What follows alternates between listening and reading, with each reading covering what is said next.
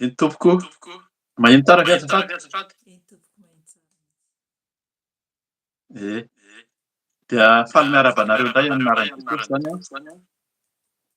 Zahay mianadahy am'izao vantana amin'ny YouTube zao a, afaka midera mamehy voninahitra an'Andriamanitra isika ary ny sabata 12 Martsa 2024. Dia araka ny hira izay niainoantsika teo zany a dia manasa antsika sady tsika rehetra dia mpanoto nefa de miantso antsika ny tompo hoe aza mandahy. Tena miantso mihitsy ny tompo androany a aza mandahy fa ho foana ihany zao fotoana misy antsika zao zany a, ny toerana misy antsika fa any amin'ny tompo ny tena misy. Azafady any amin'ny tompo no tena misy a ny famonjena zany, famonjena zany tena tadiavintsika. Mangataka kely amin'ny anankely angambany satria misy écho. Azafady. Tompoko. Amen. Nisy fahatapahana kely manko tany am-boalohany a, de misy écho de ohatran'ny sahirana ahako am'le miteny zany teo. Misaotra ny tompo fa izy mandamina ny zavatra rehetra. De zay le antson'ny tompo zay hoe miverena hatrizao ka raraoty ny andronao fa ny aty ho simba sy lao ka mba modia izao. Zany a ny tononkira farany am'le hira teo zany a. Mila mody tsika, aiza moa tsika no ody zany a dia any an-danitra miaraka amin'Andriamanitra. Ka hiantso anao ny tompo androany a ao aorianan'ny fotoana fampibahana disy fampaherezana ary misy ny vavaka ho an'izay vonona handray an'i Jesosy na hiverina raha ohatra hoe variana ihany koa zany. Fotoana zao ry havana hiverenantsika amin'ny tompo fa efa atombotra, efa akaiky a, zao no atao hoe zao no andro farany. Ny tenin'Andriamanitra zay akantsika teny hibebahantsika alohan'ny hibebahantsika zany a dia ao amin'ny Matteo 5:20. Matteo 5:20 no vakiantsika ny andininy fa 7:20 manomboka amin'ny andininy fa 7:20 ka hatramin'ny 5:70. Matteo 5:20 raisina manomboka amin'ny 7:20 ka hatramin'ny 5:70 dia vakiana toy izao amin'ny anaran'i Jesosy. Eto amin'ny baiboly ka nisy lohateny zany a mivaky toy izao hoe ny nandavan'i Petera an'i Jesosy amin'ny anaran'i Jesosy ary Petera dia nipetraka teo ivelany teo an-kianja.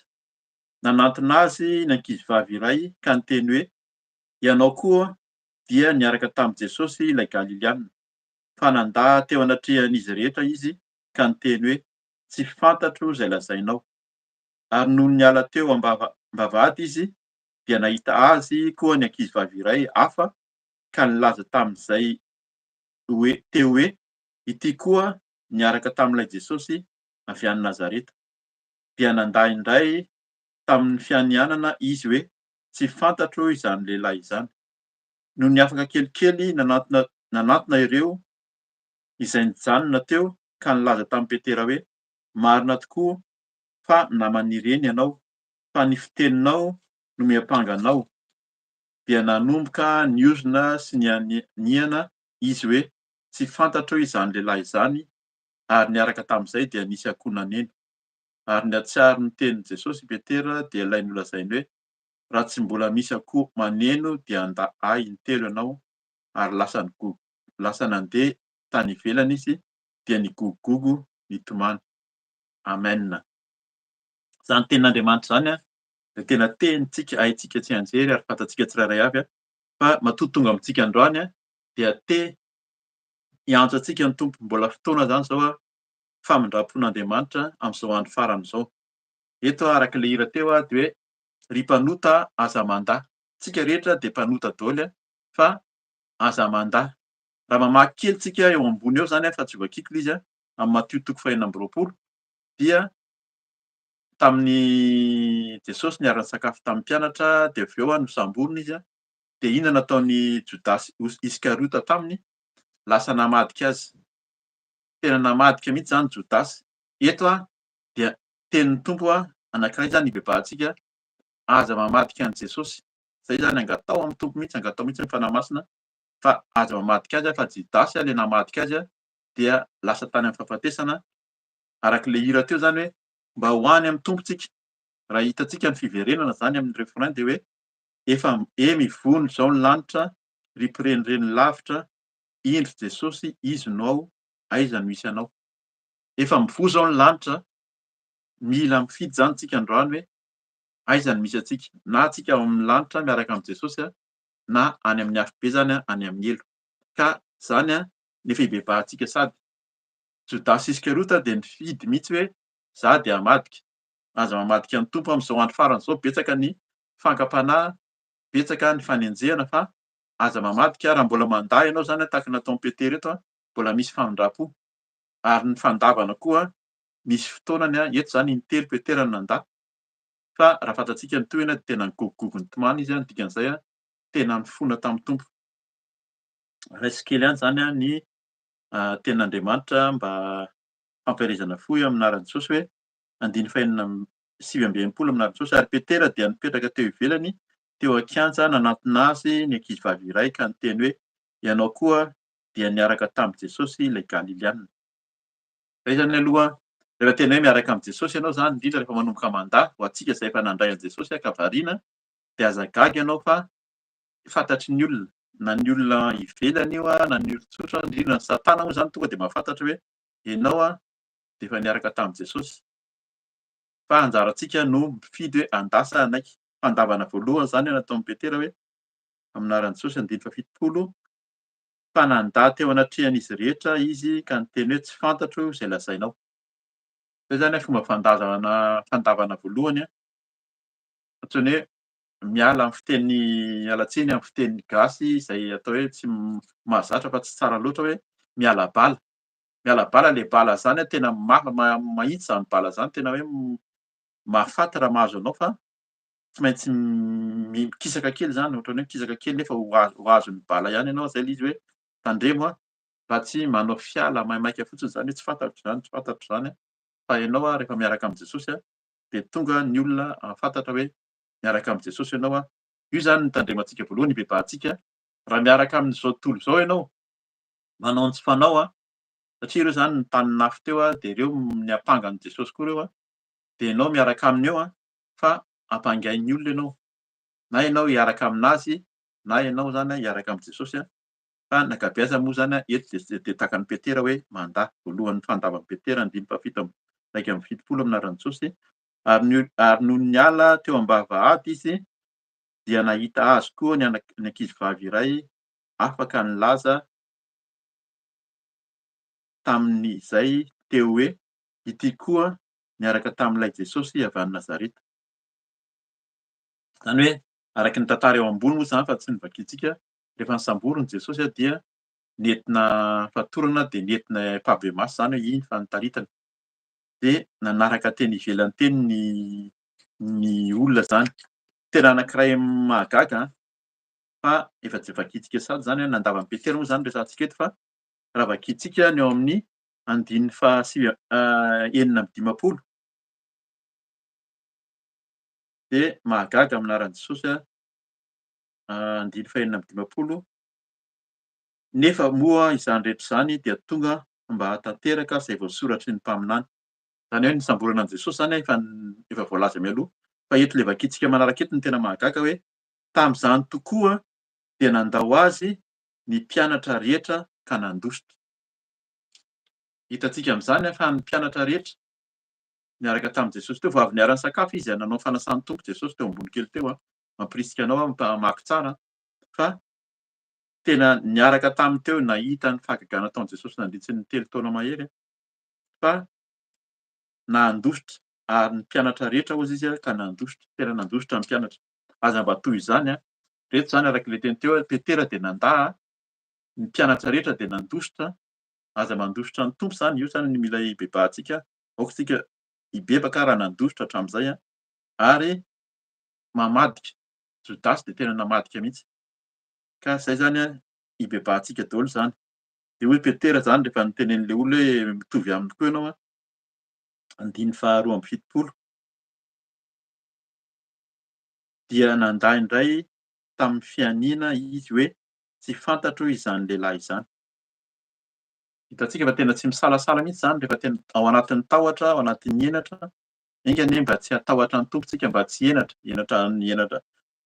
menatra an' Jesosy de henatra eo anatrehan'ny olona koa. Fantany mihitsy avy any Nazareta, Jesosy avy any Nazareta, jereo tsara fa namafisiny mihamafy zany le fihavanganana le hoe fanamafisana hoe tena avy any Galilea any ianao, Galilea ianao zao indray avy any Nazareta matotra zany atao hoe fihavanganana izy fa fampahafantarana mihitsy fa raha tena miaraka amin' Jesosy ianao de tsisy zavatra fenina, fa hitan'ny olona ary hitan'ny fanahy koa, fanahy no tena miasa amin'ireny olona ireny zany ka aoka tsika tsy handala hiala na handositra an' Jesosy zany tahaka ny nataon'ny mpianatra hafa koa fa Petera eto mba niezaka nanaraka ihany fa mbola nandà.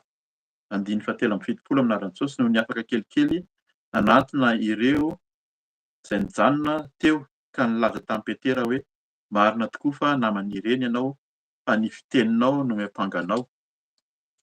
Hitantsika amin'izany tamin'ny voalohany hitan'le olona le faritra niaviany, hitan'ny olona hoe tena avy any Nazareta niaraka tamin'i Jesosy ianao fa eto de na ny fiteny ary. Mila zany tsy kristianina aloha voalohany indrindra rehefa mandray an'i Jesosy de miova fiteny.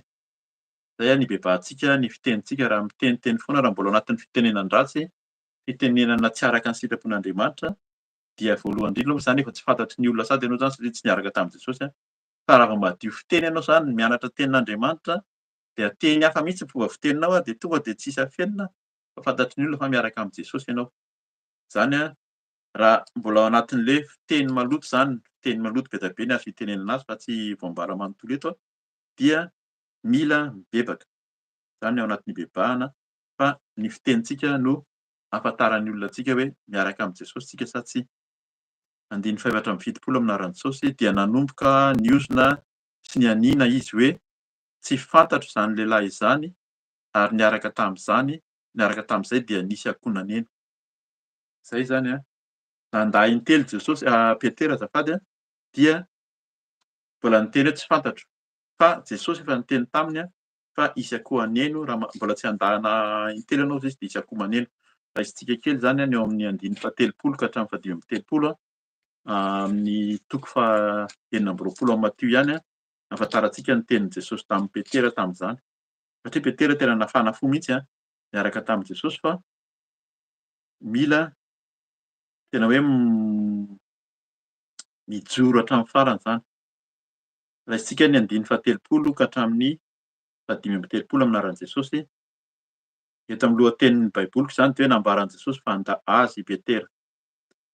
Andiny fahatelopolo rehefa avy nihira fiderana izy ireo dia lasa nakany an-tendrombohitra Oliva ary tamin'izany dia hoy Jesosy taminy ianareo rehetra dia ho tafitohina noho ny ambiko anio alina, fa voasoratra hoe: "Hamely ny mpiandry aho, dia hiahaka ny ondry andrasana."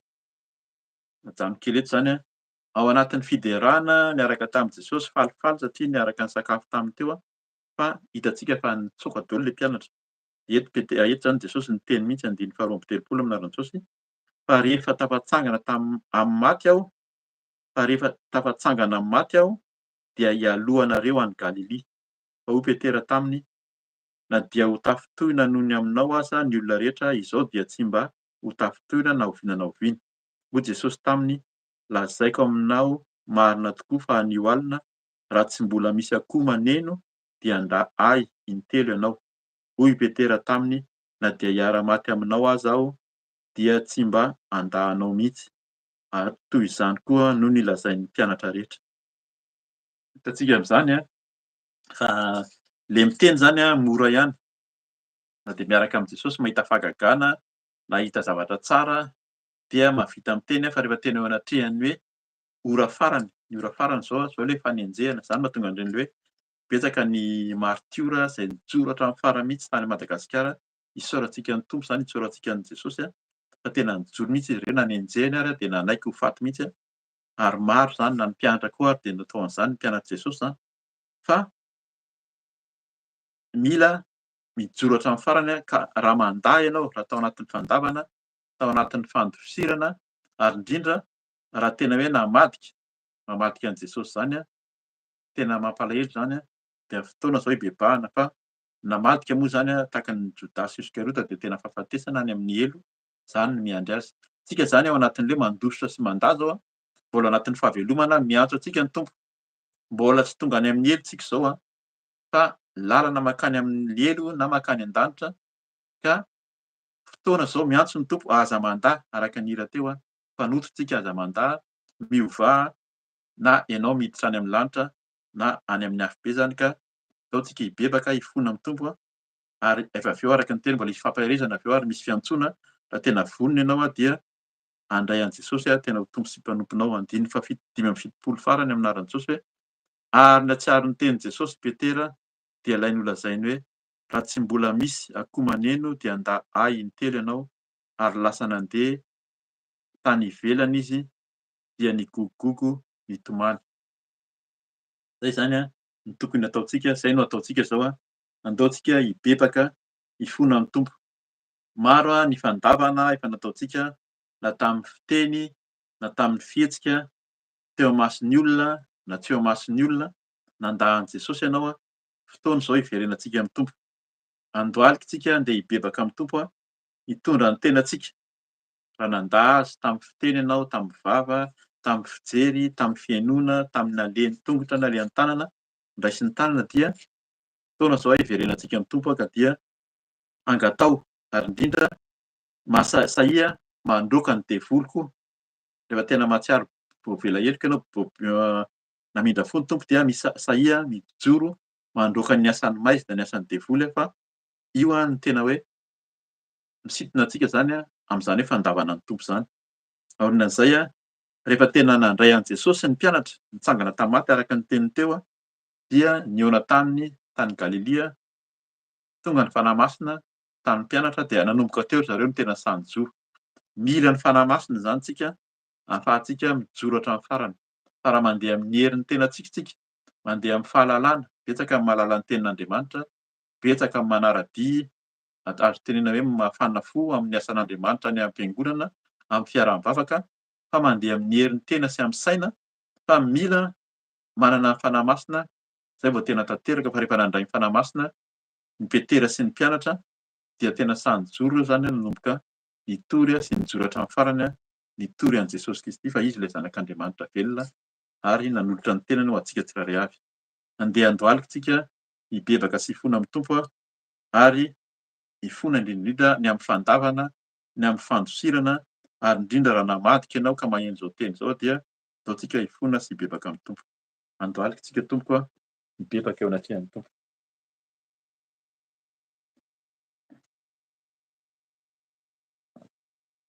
Ry Andriamanitra ray, i Jesosy Kristy Tompo, fanahy masina, Ndreto zahay manesy tena mandohalika eto anatrehanao Tompo. Ianao no miteny aminay androany mahita anay, tsisy miafina aminao zahay satria na ny manodidina na ny olona rehetra dia mahafantatra fa manaraka anao zahay Tompo.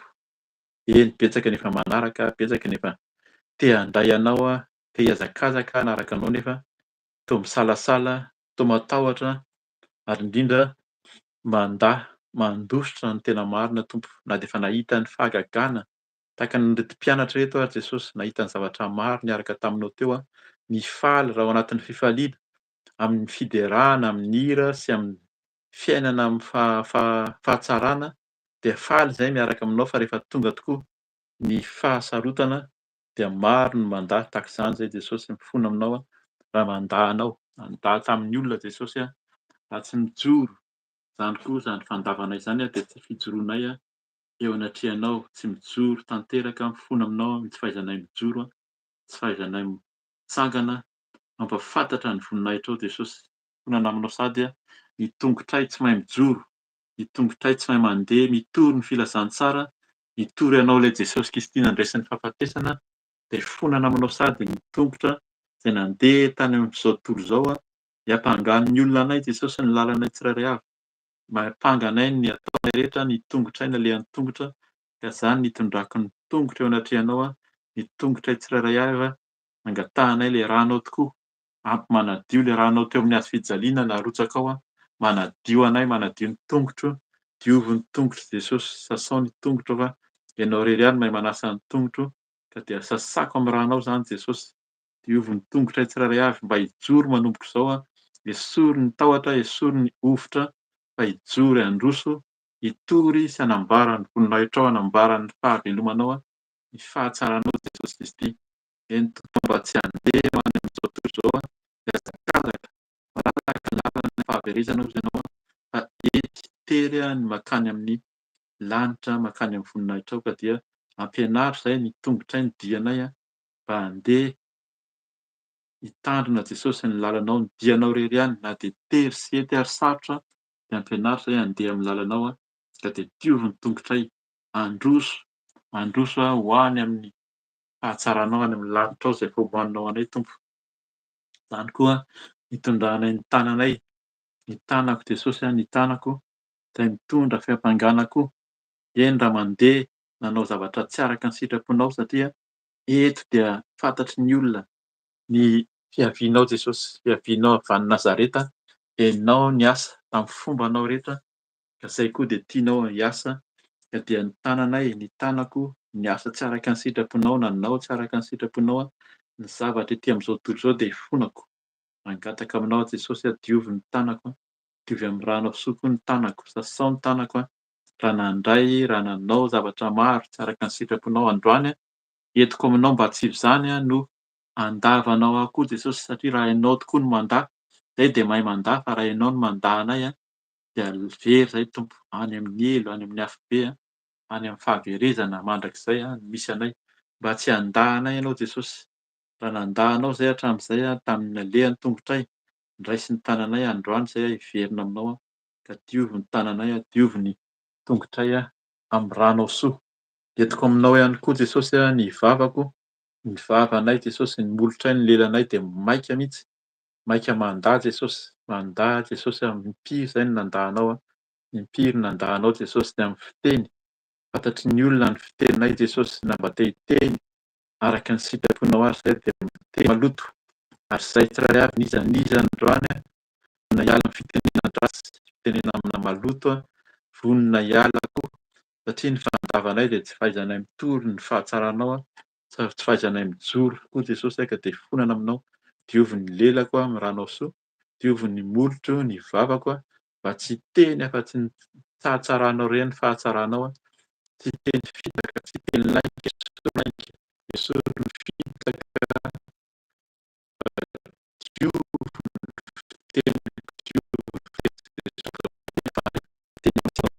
nangataka ny ranao Jesosy hanadio ny fiteniko manontolo, hanadio ny vavako, hanadio ny molotro, ny lelako mba ianao irery ihany no toriana ny fahatsaranao, ny fahavelomanao. Ianao miaraka aminay ary ianao tsy mandahy anay Jesosy. Aoka izay Jesosy hijoro ny amin'ny fiteny mba hijoro hiala ny fandavana, hiala ny fandavana manomboka izao Jesosy. Misaotra amin'ny ranao manadio ny teniko, manadio ny vavako, ny lelako. Eny Tompo entiko aminao koa ny masonay dia mitazan-davitra Jesosy araka ny nataon'i Petera eto. Sahanay faly izay raha mitazan-davitra, eny mahita ny fahoriana aho, mahita ny lalanao Jesosy, hitarika anay any amin'ny fahatsarana. Izany no tianay matetika dia mijery, mijery mitazan-davitra Tompo a. Fony aminao raha tsy mahay mijery ny fahatsaranao Jesosy. Ianao no tokony ho jerenay ilay fanoranao tena, ho famonjena izao tontolo izao. Ianao tokoa hamonjy anay amin'ny fahotanay. Ao anatin'ny fahotana izay Jesosy no miantso ianao araka ny hira teo mpanoto izay aoka izay tsy handà androany. Ka dia entiko aminao Jesosy ny maso mba tsy ho tazana fotsiny hijery izao fiainan'izao tontolo izao na hijery anao fa tena handray anao Jesosy. Handray anao Jesosy hahita fa ianao ilay zanak'Andriamanitra velona, ilay zanak'Andriamanitra mamindra fo, dia mamela heloka ary ny ranao izay narotsaka ao teo amin'ny hazofijaliana nadio androany. Diovy ny fijeriko, diovy ny masoko mba hijery, tsy hahita afa-tsy ny voninahitra ao, tsy hahita afa-tsy ny fahatsaranao Jesosy. Dia misaotra amin'ny fahadiovanao masoko fa ny ranao manadio. Dioviko aminao, entiko aminao koa ny sofiko. Ny sofina na dia efa maheno ny fiampangahana ataon'ny manodidina ary, fa izay dia miaraka aminao dia izay Jesosy mandà foana. Mierikerika eny Tompo, fony aminao raha mandà Jesosy ny amin'ny sofina. Maheno ny filazantsara, ny fitoriana mba hibebaka sy hiverina aminao kanefa dia mandà Jesosy androany maheno ny teninao araka ny tenin'ny mpanomponao aoka tsy hanamafy ny fonareo.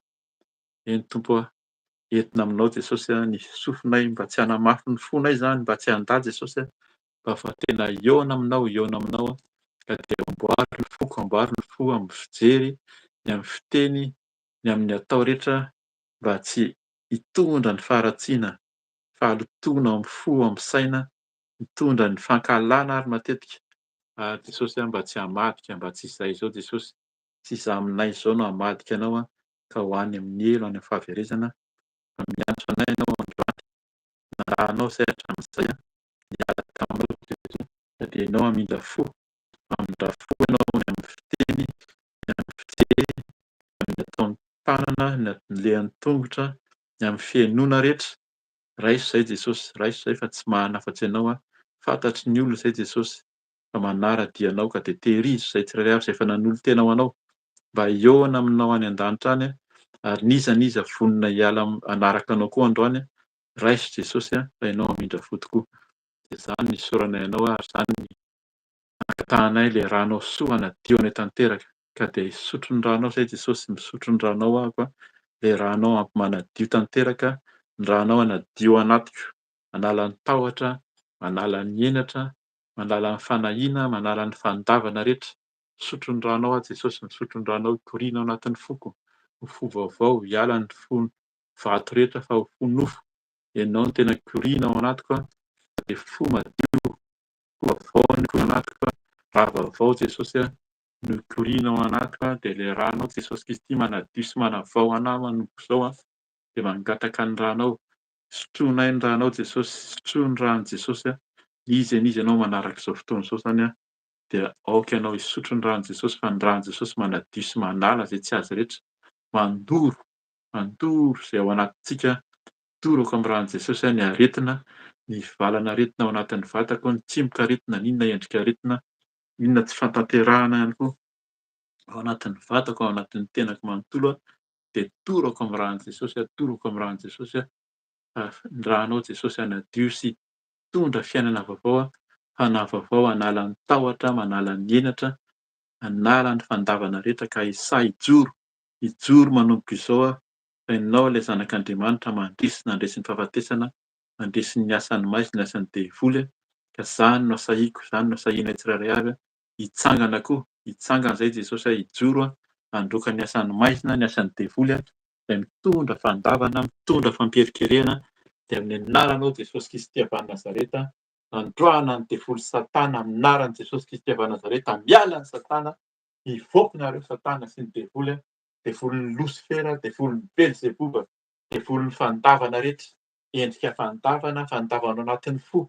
Ny fo mandà, ny saina mandà, ny vava mandà rehetra, ny fanao rehetra tsy araka ny sitrapon'Andriamanitra, roahako amin'anaran'i Jesosy Kristy ny devoly ny henatra, devoly ny tahotra, devoly ny fanahina am'zao fiainana zao de tiako amin'anaran'i Jesosy any afarimy rehetra avy tsy hanaketsy hanapahefana am'tenako ao anatiko tsy hanjaka amin'ny fiainako rehetra, tsy hanjaka amin'ny tokantranoko, tsy hanjaka amin'ny ankonako tsy hanjaka amin'ny mpanompon'Andriamanitra nizaniza, vonona anaraka an'i Jesosy Kristy de didina ny satana, roahana amin'anaran'i Jesosy Kristy ao any afarimy rehetra afo nomena ranahela, nomena raratranainy ny dragona, roahana amin'anaran'i Jesosy Kristy, mivoaka nareo satana, miala ny devoly tsy hanaketsy hanapahefana, tsy hanjaka ao anatin'ny tenako, tsy hanjaka amin'ny fiainako, tsy hanjaka amin'ny fananako rehetra, amin'ny tokantranoko, amin'ny fiainako roahako amin'anaran'i Jesosy Kristy ny mpanompony, nizaniza mpanompon'Andriamanitra manara-dia, vonona anara-dian'i Jesosy de roahana ny devoly satana tsy hanaketsy hanapahefana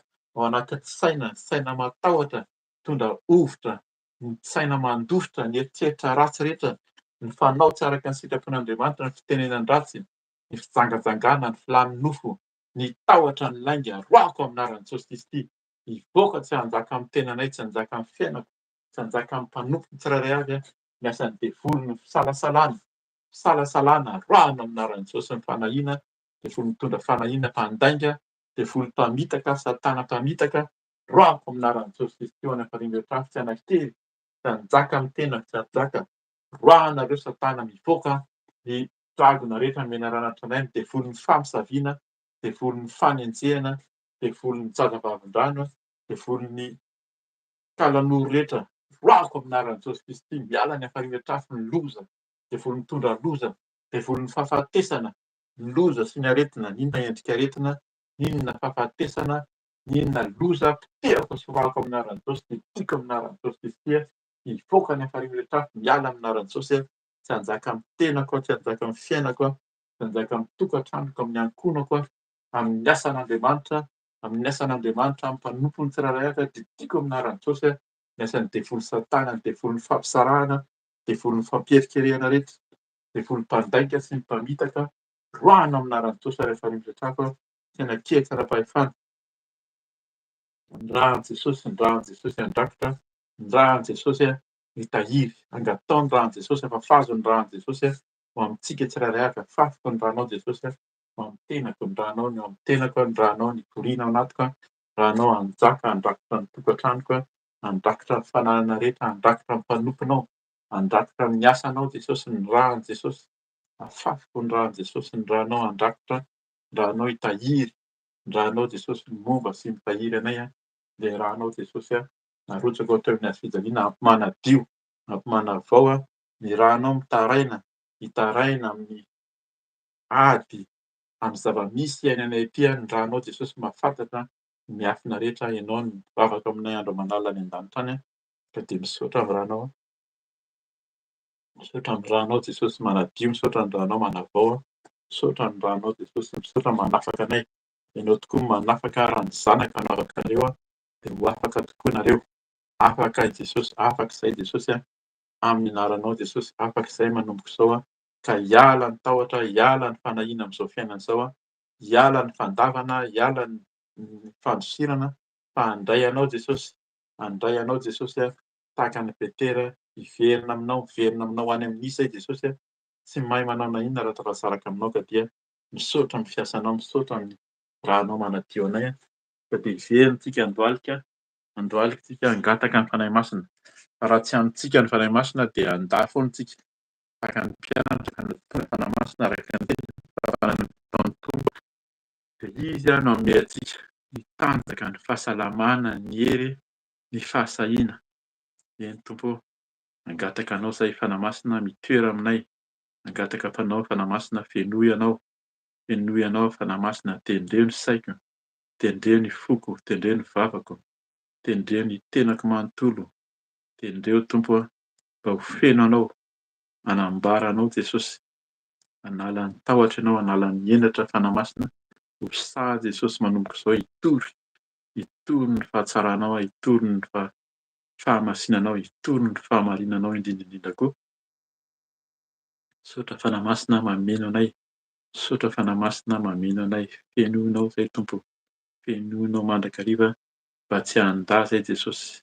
Hitomany noho ny fahotanay Jesosy fa tsy hifaly amin'izao fiainana izao fa handray anao amin'ny fonay manontolo. Eny Jesosy ianao mahita iza n'iza Jesosy vonona hiverina aminao hanaiky anao dia ianao fa mahita sady amin'ny toerana misy azy. Dia fienoy fanahy masina izay Jesosy raha tsy ny fanahy masina dia mandeha araky ny herinay izay. Fienoy ny fanahy masina, ilay herin'ny fanahy masina, ilay herin'ny fanahy masina ameno fo, ameno saina, ameno vatana hitary-dalana manolo-tsaina. Ilay fanahy masina manolo-tsaina mananatra ianao ilay mpisolo vava, dia ianao manome anay ny famasinana sy fahamarinana, ianao mitary-dalana, ianao mikarakara anay isan'andro. Fienoy mandrakariva izay fanahy masina, fienoy anao izay satria miandrandra anao manantena anao foana. Aoka hitobaka ilay fanahy masina amin'ny fiainanay ka dia ho hitan'ny olona, mba tsy ho fandavana intsony no hitan'ny olona ety aminay fa tena ny voninahitra ao no hitan'ny olona manomboka izao. Ny fanahy masina hitobaka, hameno, hanafaka ny olona rehetra ny amin'ny fiteninay, ny amin'ny fihetsika, ny amin'ny ataonay rehetra manomboka izao. Dia misaotra indrindra Tompo, misaotra fanahy masina, tia anay foana ianao araky ny teninao.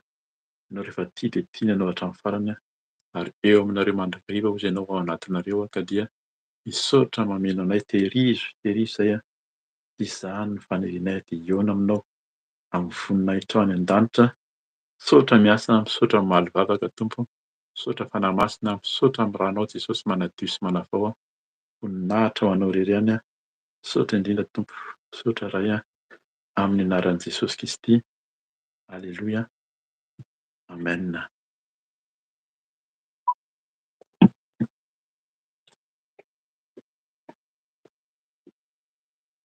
Amen. Dia misaotra ny tompontsika ny amin'izay fotoana niarahantsika tamin'ny Tompo teo izany. Mbola hitohy ny fotoanantsika ho Ray sy Mama Felisia ho fampaherezana izany izy tenin'Andriamanitra hampaherezana anao, hampaherezana antsika mba handehanantsika amin'izay lalan'izay. Ka inganeny Tompo omba antsika mandrakariva, hiteny amintsika foana izy amin'ny alalan'ny mpanompony ihany koa. Dia fa manao velomanao sady ary izany amin'ny anaran'i Jesosy. Aleloia. Amen. Amen, aleluia, aleluia. Mbola faly miaraba anareo tsiraray avy amin'ny anaran'i Jesosy Tompo zany dia misaotra ny zokerika nampibebaka antsika teo. Voninahitra ho an'i Jesosy.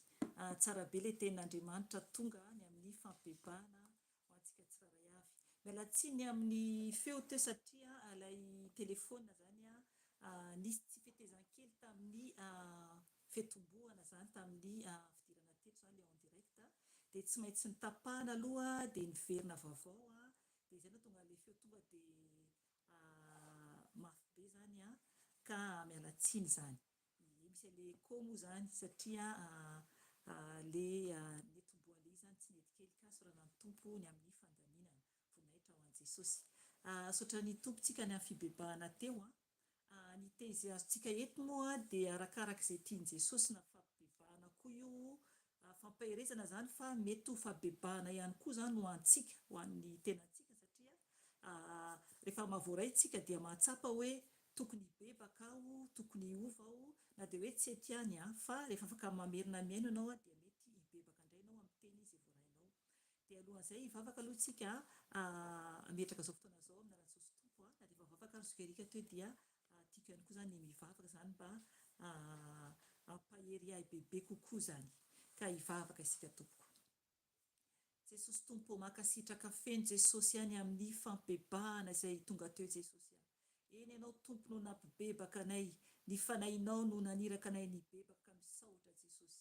Tonga izay izao tompony amin'ny teny izay omenao anay fanahy masina, teny fampaherezana, teny fanovana anay. Ka mitenena fanahy masina ho raiso ny kontrolan'ny tenako. Oka ny nofoko hietry ambany dia ambany fanahy masina. Ka mitenena ianao izay sitraka ao rery ihany no aoka ho toa. Izay tianao ambara aminay vahoakanao tsiraray avy. Ka sy io izay tsiraray avy fanahy masina ho tena ankatoanao tokoa ary tsy andahanao fa tena iaino anao Jesosy. Ka misaotra Jesosy io ny voninahitra dia ho anao irery ihany hatramin'ny taloha indrindra izay kehitriny ary mandrakizay doria misaotra ray malala ho.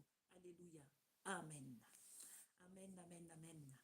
Ny ten'Andriamanitra zany anio izay ampibebahan'ny tompontsika zany azafady izay fampaherezana miverina anatin'ny teo ihany le hoe fampibebahana misy anto matoa izay misy anto fampahina masina zany no mibaiko eto ka matoa hoe misy teny koa hoe fampibebahana dia mila mibebaka foana zany isika. Alleluia.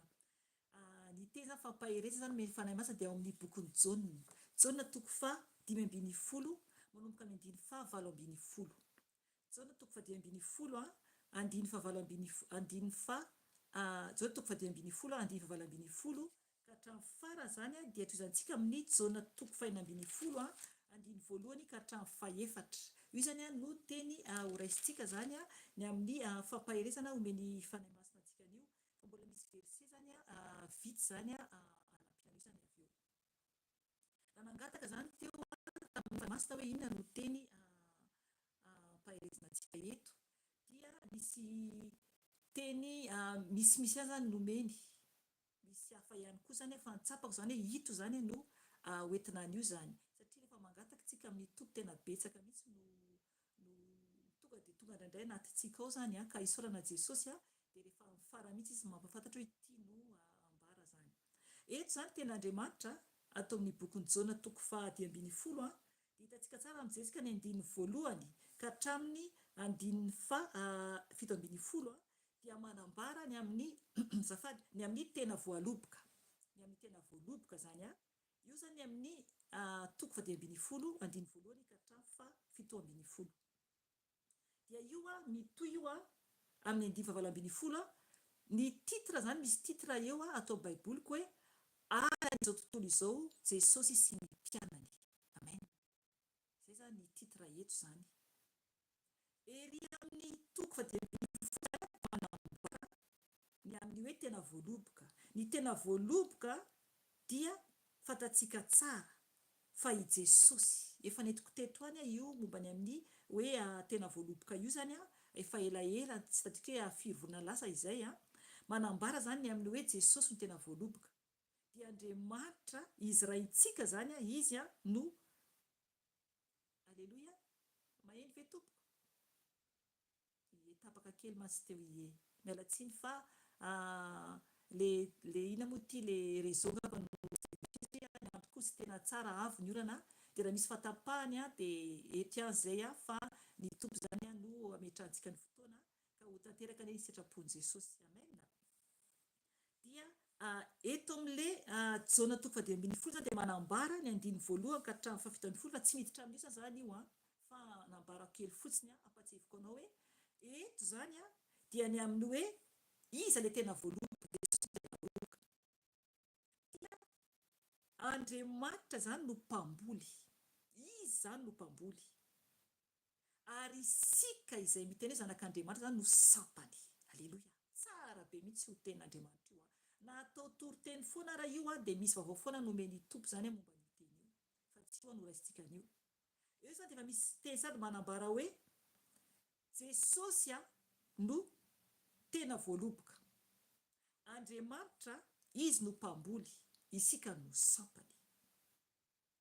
Eo zany tamin'ilay fampibebahana Jesokrika teo dia napetratra be any amin'ny Petera ilay nandahy an Jesosy nandahy intelo izy an Jesosy nefany sampany ohatrantsika koa sampany raha tena hoe sampany eo amin'i Jesosy ianao tokony isika tena hoe ankatohan Jesosy tanteraka zany isika tokony ahazaka zany isika mahagaga foana ny teny omeny tompo satria indraindray matetika mihitsy zany misy ifandraisany foana ny teny omeny tompo anay menadahy eto tsika nambara le hoe ala zao tontolo zao Jesosy sy ny mpianany ireo mpianatry ny tompo izay nambarany zokerika teo tamin'ny fampibebahana dia mazava tsara fa izy ireo dia niala mihitsy nefa hoe voasambotra Jesosy ary Petera ary nahanda amaso zao isika ve ahazaka amin'ny fitsaran'olona antsika zay zany hoe fandraisan'ilay teny mihitsy satria Jesosy ilay voaloboka, Andriamanitra ilay mpamboly, isika ilay sampany.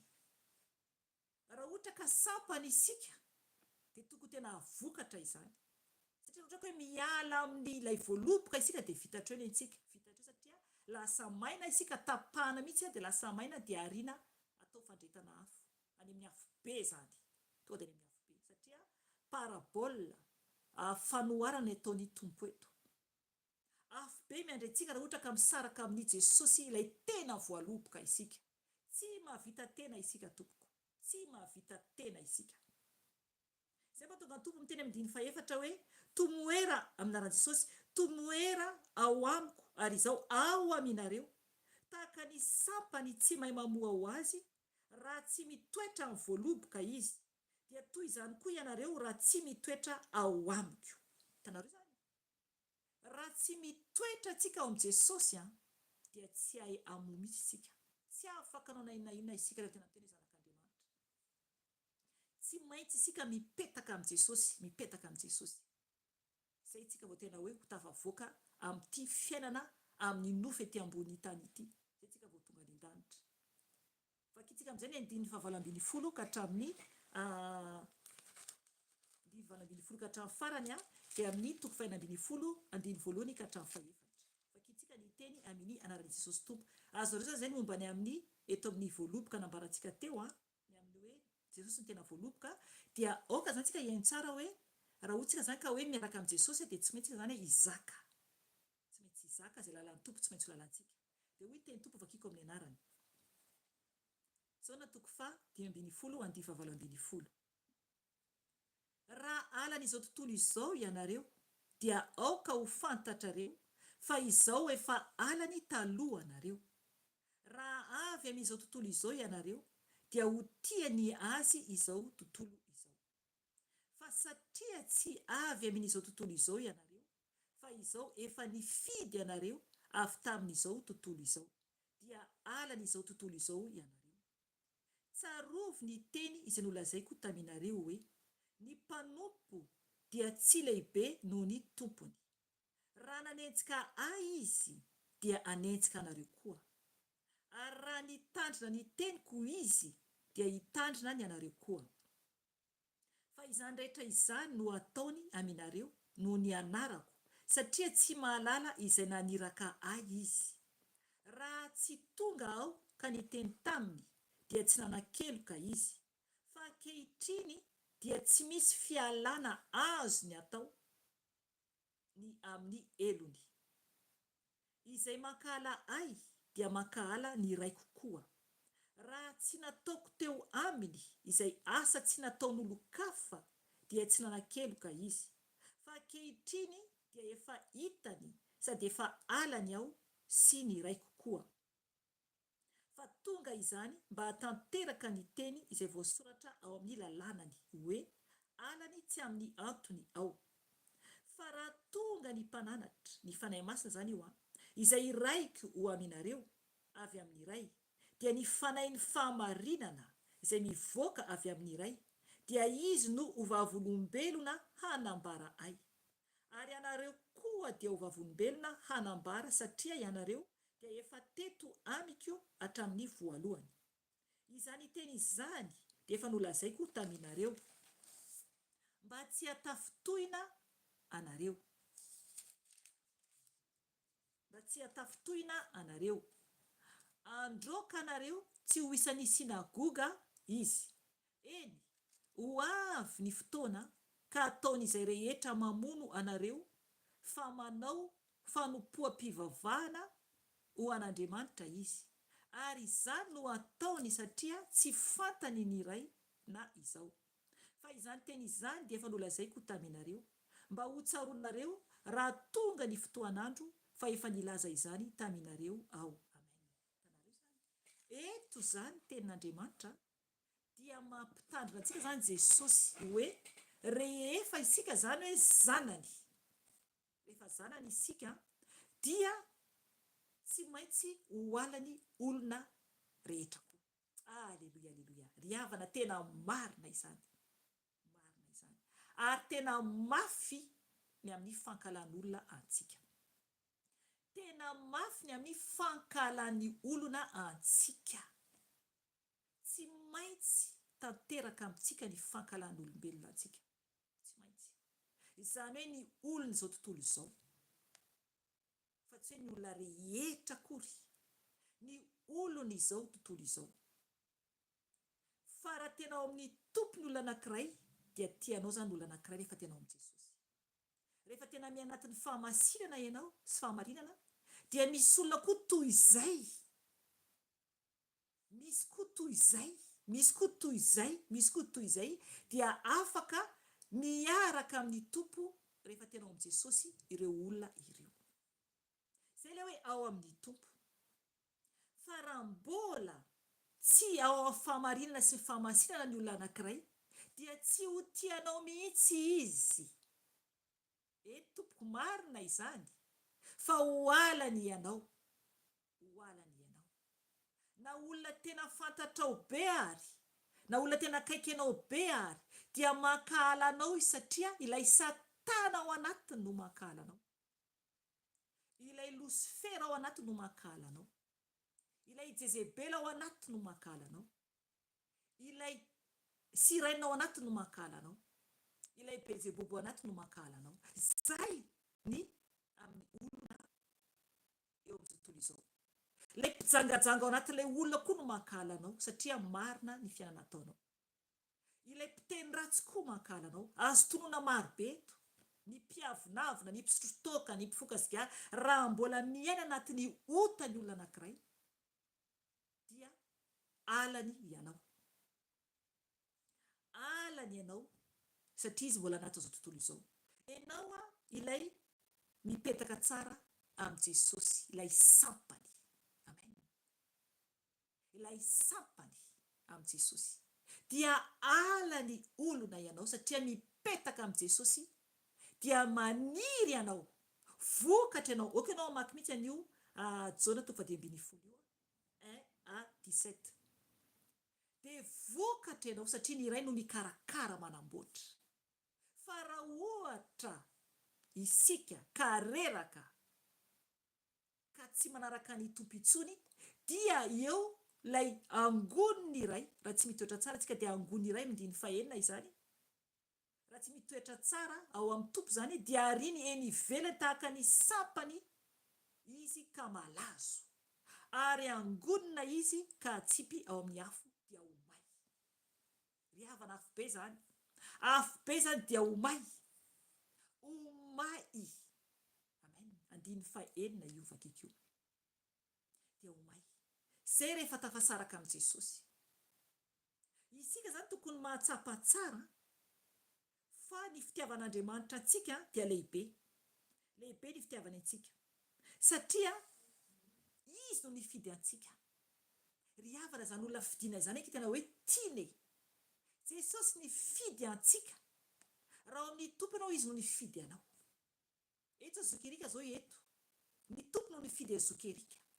Ny tompo no nifidy ahy. Ny tompo no nifidy anao raha amin'ny tompo ianao zay manaraka eto. Nofidina aleluia, aleluia. Saora ny tompo. Nofidiny tompo tanatin'ny maro. Ry havana, raha mijery ny olona eran-tany isika, karaza loko, ao ny manan-karena, ao ny mahantra, tsy voaisantsika ny olombelona eran-tany.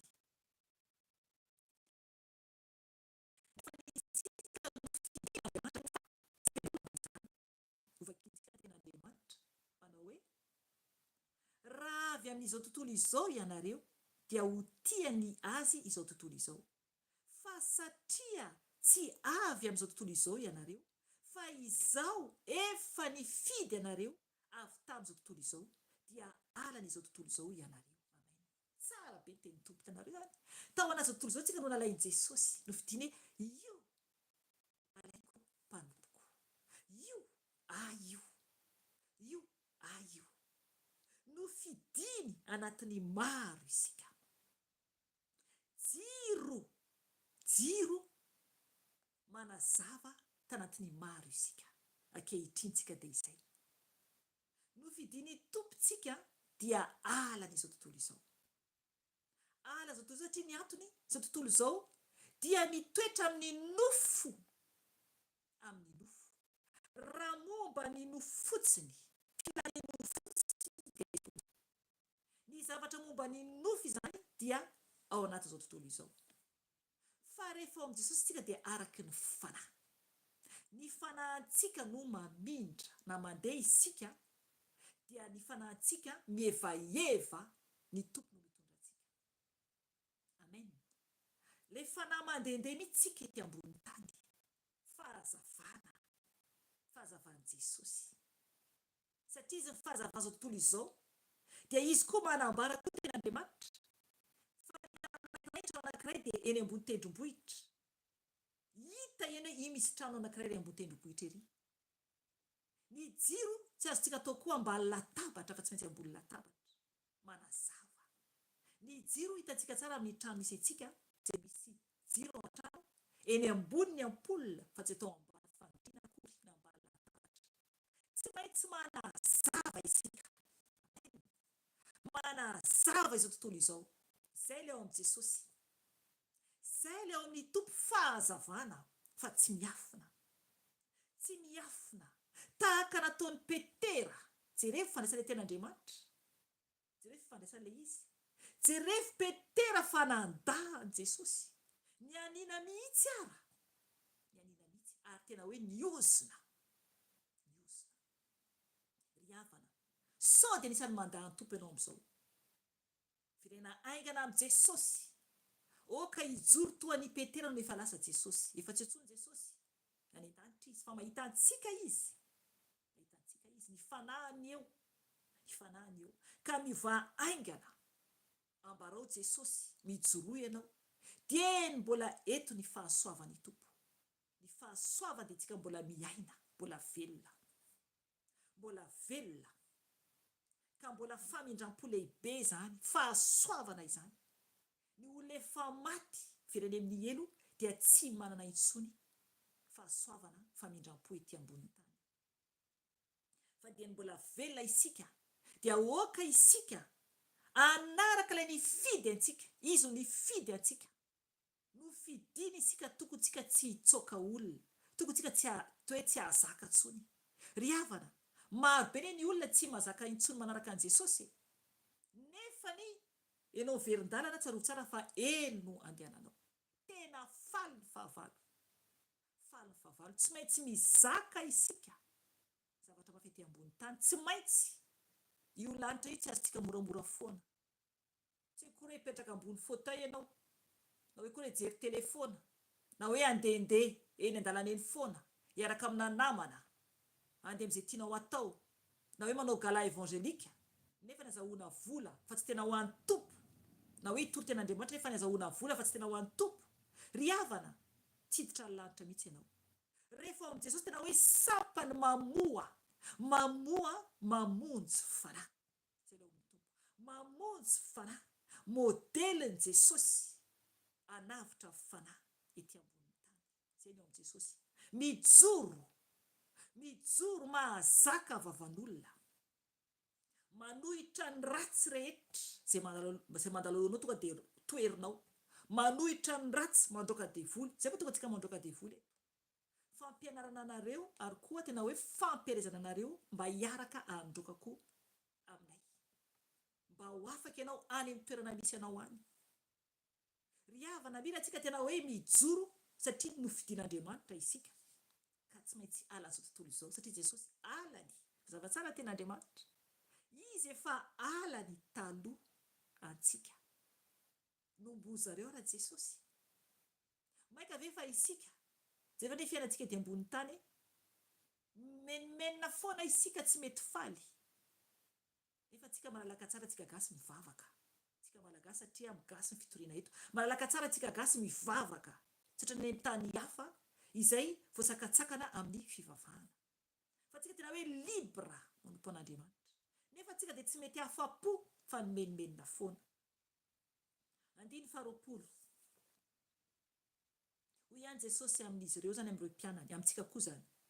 Tsarovy ny teny izay nolazaiko taminareo hoe ny mpanompo dia tsy lehibe noho ny tompony. Raha nanenjika ahy izy dia hanenjika anareo koa. Ary raha nitandrina ny teniko izy dia hitandrina ny anareo koa. Fa izany rehetra izany no ataony aminareo no ny anarako, satria tsy mahalala izay naniraka ahy izy. Itanareo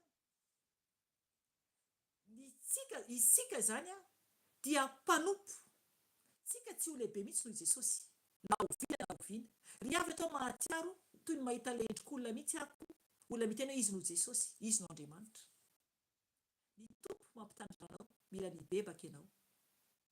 Gasy ianao. Olombelona no fisainao.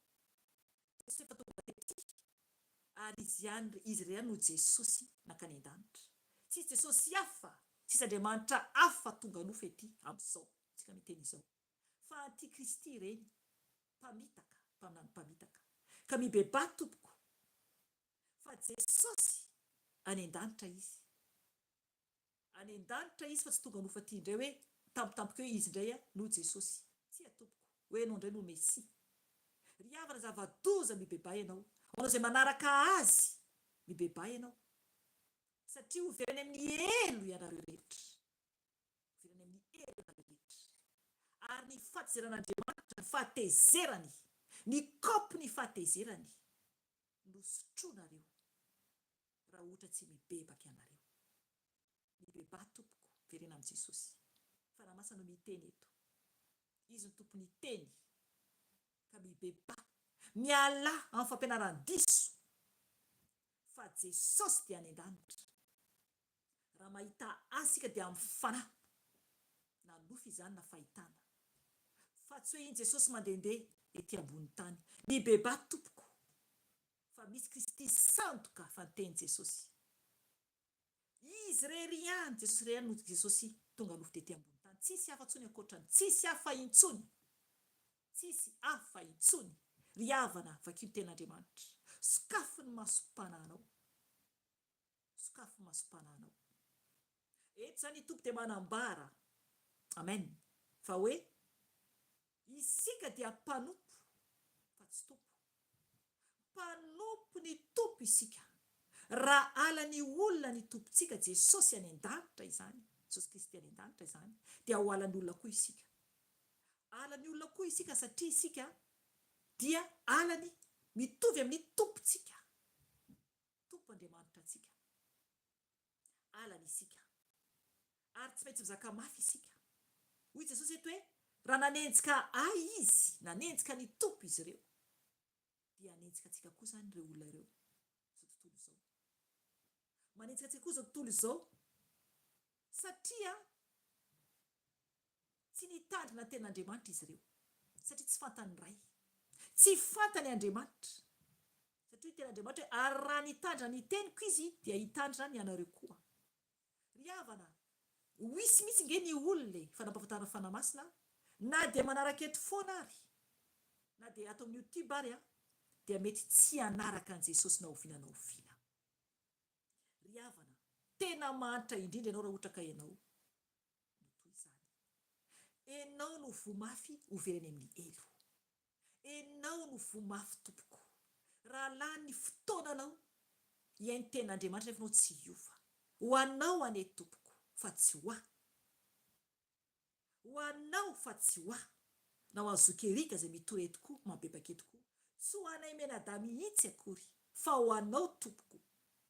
Ary tsy ho an'i Jesosy ihany koa, fa ho anao, ny fanahinao no overany amin'ny elo raha tsy manaraka ianao. Eto dia tsy manery tahaka ny ataon'i Jesosy. Jesosy tsy manery. Fa anao safidy nanaraka ianao na tsia. Zay dia fitaovana fotsiny ihany. Fa Jesosy no miasa. Ny fanahy no miditra an-tsehatra no miasa miteny eto. Na fampibahana io, na teny fampahiretana dia ny fanahy masina no miasa eto. Ka raha anaraka ianao tompoko dia ho an'ny fanahinao vovonjy. Raha tsy anaraka ianao tompo dia ho an'ny fanahinao very. Tsy ho anay mihitsy fa ho anao. Izahay dia manao ny asa iraka nataony tompo ho anay. Nomeny tompo izay ho iraka. Na tsoa izay ho iraka dia nanaiky izay menada. Nanaiky izay ho avy Jesosy, anao ny asan'i Jesosy, hiantso azy. Hiantso any tompo izay miantso any tompo. Ary koa manambara aminao izay tiany tompo ambara aminao. Nanaiky izay anao ny antsony Jesosy. Itsoka ny trompetra fanarana farany anambara hoe ho avy Jesosy. Fa tsy hoe mandehandeha ao Madagasikara iny Jesosy. Mitandrema ianao. Mitandrema ianao izay voasarika. Marobe nareo voasarika. Voasarika ny olona toy izany. Mifoaza tompoko, mifoaza. Fa Jesosy ho avy eny amin'ny rao alanitra. Eny amin'ny rao alanitra izy fa tsy midina ety. Tsy manitraka ity tany ity Jesosy satria maloto ity tany ity. Na tonga ara ny anjely. Ny anjely rehefa tonga dia mievaeva. Mievaeva, tsy mipaika amin'ny tany tongotry ny anjely rehefa tonga amin'ity tany ity. Satria maloto ity tany ity. Mievaeva ny anjely. Raha tonga ny tompo, tsy mipaika amin'ity tany ity ny tongo satria maloto ity tany ity. Ary isika fanahintsika ao anatintsika dia mievaeva. Ny nofintsika tongotritsika no mipaika amin'ny tany. Fa fanahintsika mievaeva. Efa nisy témoignage zany nataoko teto anatina vidéo izy raha tsy diso ahako fa be loatra dia indray tena adiniko fa ifonako amin'ny Jesosy. Isika zany rehefa ohatra ka mandeha tsika na isika toy izao dia ny tongotra antsika no mipaitany. Fa fanahintsika mievaeva ao anatintsika ao. Satria indray andro raha nivavaka zay tokantrano zay telo mianaka efa antaonany maro zay dia namangy ny tompo. Dia ny masoko mikipy ny ofitrovitra zany ny trano dia masoko ny kipy tsapako ny evaeva. Ny evaeva tsy mipetana zany ny tongo zay fa tsapako. Ay ny fanaiko no mievaeva. Fa za tsy nahita tamin'io hoe hitako ve ny tongo sa tsy hitako. Fa tsapako hoe tsy mipetana zany ny tongotro. Zay le fanahy. Zay le fanahy ny tompo mihitsy no manevaeva antsika satria manevaeva antsika zany satria ny tompo izy tia na fanahy. Dia mievaeva isika zany. Aevaeva ny tompo zany isika. Satria le fanahintsika no mievaeva. Fa ny tompo tsy mandehandeha ety. Araka teny teo hoe ianao izay miteny hoe Jesosy ianao, na Mesia ianao, na Kristy ianao, Andriamanitra ianao, diso ianao. Satana tsy mampiteny n'olona toy izany. Fa ny tompo tena andanitra. Tena manivahiva an'Andriamanitra izay olona miteny hoe izy no Jesosy. Ary zava-doza no anjoan'ilay olona. Zava-doza raha tsy mibebaka ianao. Tianao ny tompo miverena aingana. Miverena aingana tompoko. Amen. Andininy fa 1:20. Fa izany rehetra izany no ataony aminareo no ny anarako. Satria tsy malala izay naniraka ahy izy. Raha tsy tonga aho ka niteny taminy dia tsy nanan-keloka izy. Fa kehitriny dia tsy misy fialana azony atao ny amin'ny elony. Izay makala ahy dia makala ny iray kokoa. Amen. Eto zany Jesosy dia manambara fa ny olona zany izay makala ny tompo ary makala antsika ihany koa. Makala antsika ihany koa. Ny olona izay makala antsika dia malala tsara. Malala tsara ny fahalebezan'i Jesosy. Satria ny tompo manambara eto tamin'ireo mpianany zany. Hoy ny tompo 5:20 hoe raha tsy tonga aho ka niteny taminy dia tsy nanan-keloka izy. Fa kehitriny dia tsy misy fialana azony atao ny amin'ny elony. Hitanareo zany?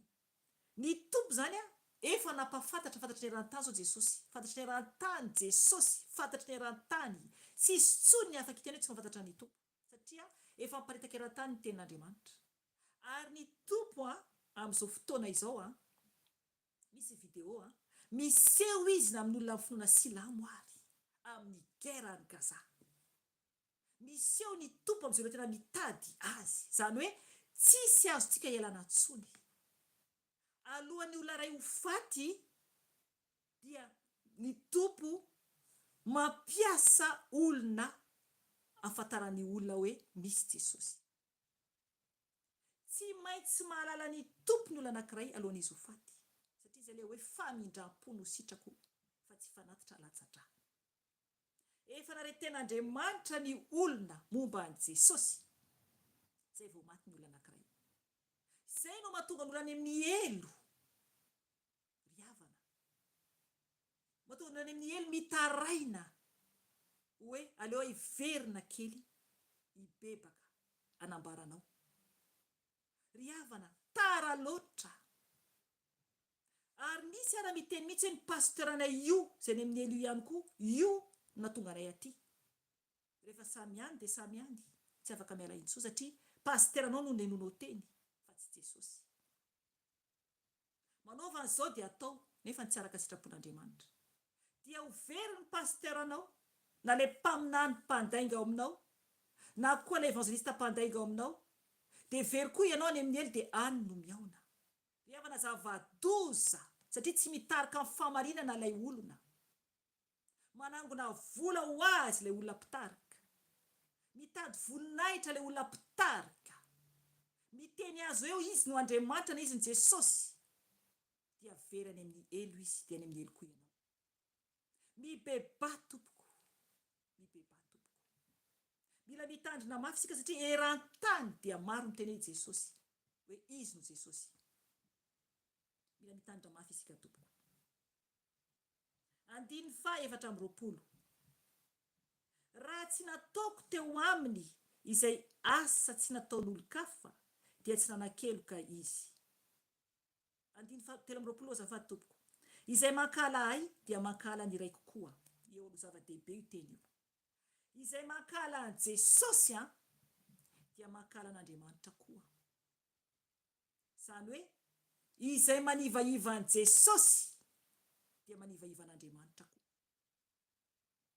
ry havana zava-doza ny anjo 2:9 raha tsy nataoko teo aminy izay asa tsy nataon'olo-kafa dia tsy nanan-keloka izy fa kehitriny dia efa hitany sady efa alany aho tsy niraiko koa tanareo zany tamin'io fotoana io dia ireo fariseo ireo sadoseo ireo jiosy ireo olona maro hafa karazana dia nahita tsara ny mirakla nataon'i Jesosy nahita fa mbola mitana ihany amin'ny lalàn'i Mosesy mitana ihany amin'ny lalàn'i Mosesy fa tsy tianao Jesosy ry havana zava-doza ankehitriny isika manana ten'Andriamanitra isika mazava tsara ny ten'Andriamanitra feno baiboly araka Madagasikara feno mpitoroteny araka Madagasikara feno mpitoroteny mahafantatra ny tompo ianao fa ahoana ny fomba fiainanao raha sendra tamin'ny fampianaran-diso no azonao dia fantatro nefa Jesosy après satria izay nahazo anahy teo aloha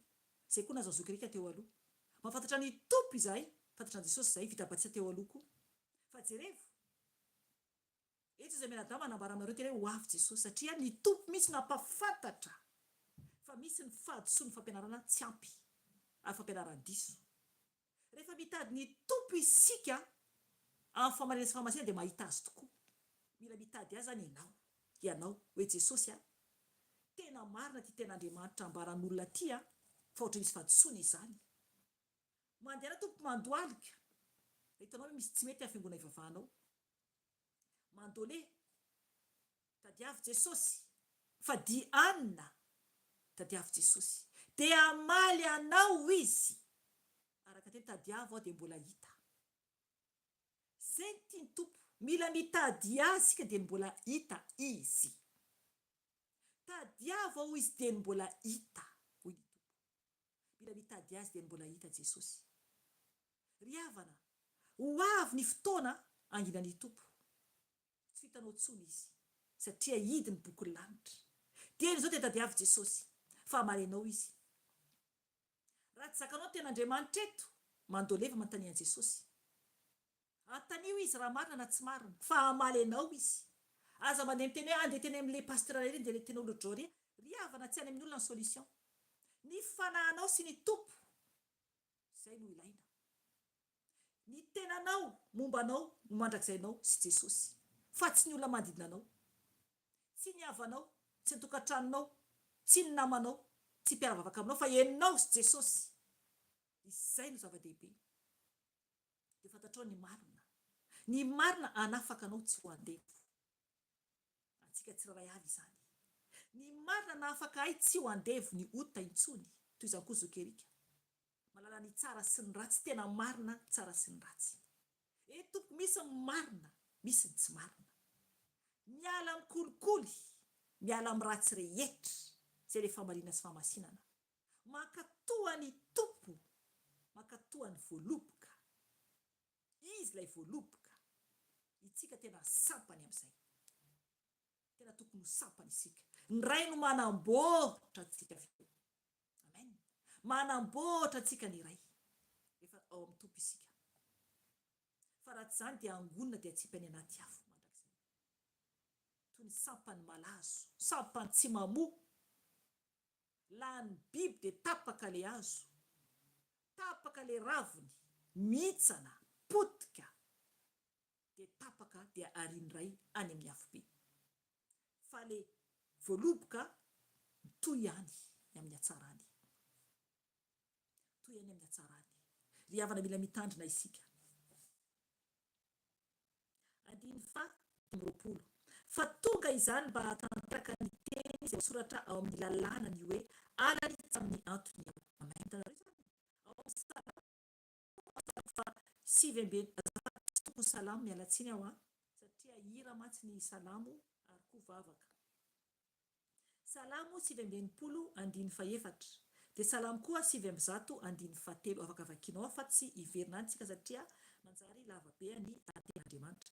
9:20 fa raha tonga ny mpananatra ny fanahy masina zany io izay iray koa ho aminareo avy amin'ny iray dia ny fanahin'ny fahamarinana izay mivoaka avy amin'ny iray dia izy no vavolombelona anambara ay. Aleloia. Hitanareo zany ny fanahy masina no eto fa tsy Jesosy tompo intsony no mandehandeha ety ambonin'ny tany. Izy ny fanahy masina no manambara ny iray. Izy no manambara mazava tsara ny tenin'Andriamanitra. Ry havana oka izay ny fahajambana. Ny fanahy masina ambarany tompo tsara hoe iraiko ho aminareo avy amin'ny ray io fanahy masina io. Izy ilay ria-mpiandohana. Efa nazavaina teto ny amin'ny fanahy masina. Izy ilay hoe mivoaka avy amin'ny ray. Jesosy mihitsy no miteny io hoe izay mivoaka avy amin'ny ray ny fanahy masina. Izy no vavolombelona anambaran'i Jesosy izay ambaranay menada eto. Fanahy masina no miteny eto. Izay fitaovana fotsiny ihany. Izy no manambara ny teny. Izy no manazava ny teny. Tsy nanao lista lavabe kory aho hoe nandika zavatra nambarako eto. Tsy manao lista. Fa fanahy masina no miteny eto. Mba anekenao, mba inonao dia afaka mijery ny écran ianao. Io fotsiny no nomaniko. Mba alalanao fahamarinana. Io fotsiny no nomaniko. Io fotsiny soratra ambony hoe toriteny dia io fotsiny ny verset izay omeny tompo. Izay fotsiny no nomaniko.